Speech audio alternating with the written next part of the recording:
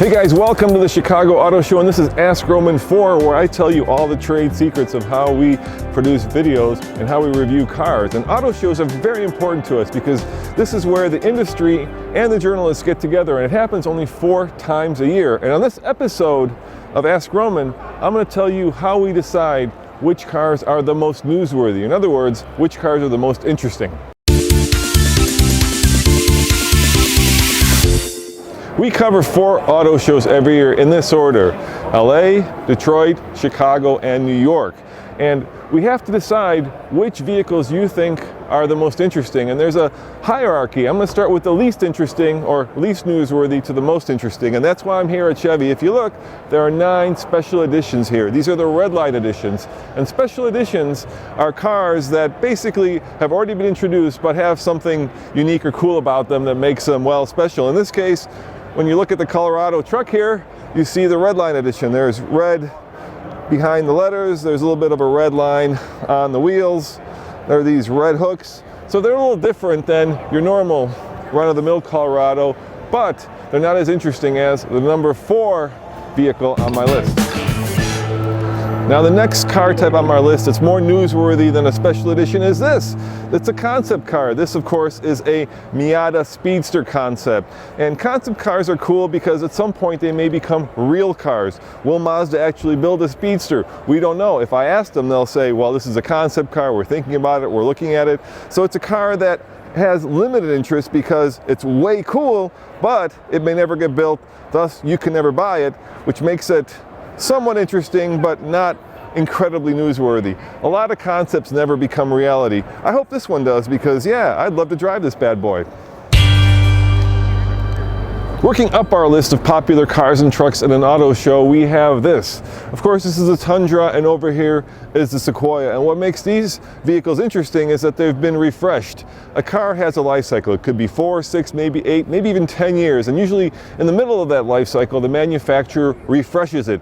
In this case, they've put on a new nose and new lights on both the Tundra and the Sequoia. And the idea is to make the car seem fresh, to make it be a little bit more interesting for you guys to buy. Usually the chassis and the engine stay the same, but the exterior gets changed around. And the refresh is sometimes dramatic and sometimes not so dramatic. And these 2 refreshes are pretty mild. But nevertheless, it creates interest and it makes the vehicle a little bit more newsworthy. Of course, not all refreshes are equal. Like this one, see? I'm all fresh. No, it's this one, of course. It's the new 2018 Mustang, because the Mustang is an iconic American pony car.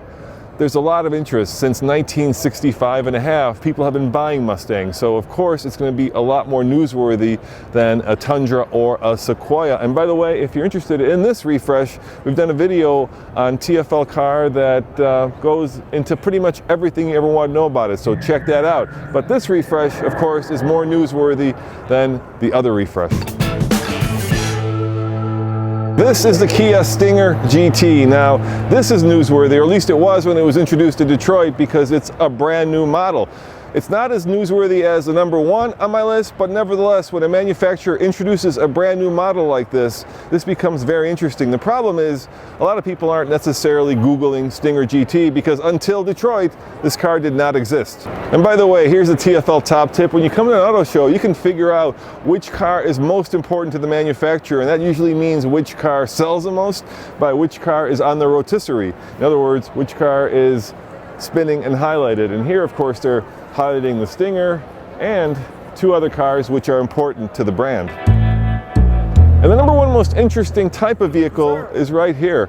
It's the new Toyota Camry, and that's because this is a new version of an existing and very popular car.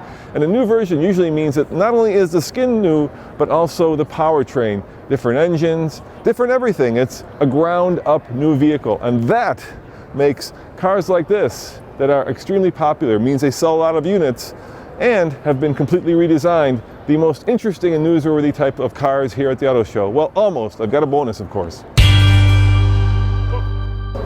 And of course, the bonus is new supercar introductions. Of course, the Ford GT isn't new. It was introduced a couple years ago, but when new supercars are introduced, and that happens a lot at the Geneva Auto Show, then that makes them immediately newsworthy because, of course, these cars are aspirational. We all want to own and dream of owning one of these, and that's what makes a new supercar unveiling one of the most popular types of videos and one of the most popular newsworthy types of cars at an auto show. As always, this is Roman reporting from the Chicago Auto Show.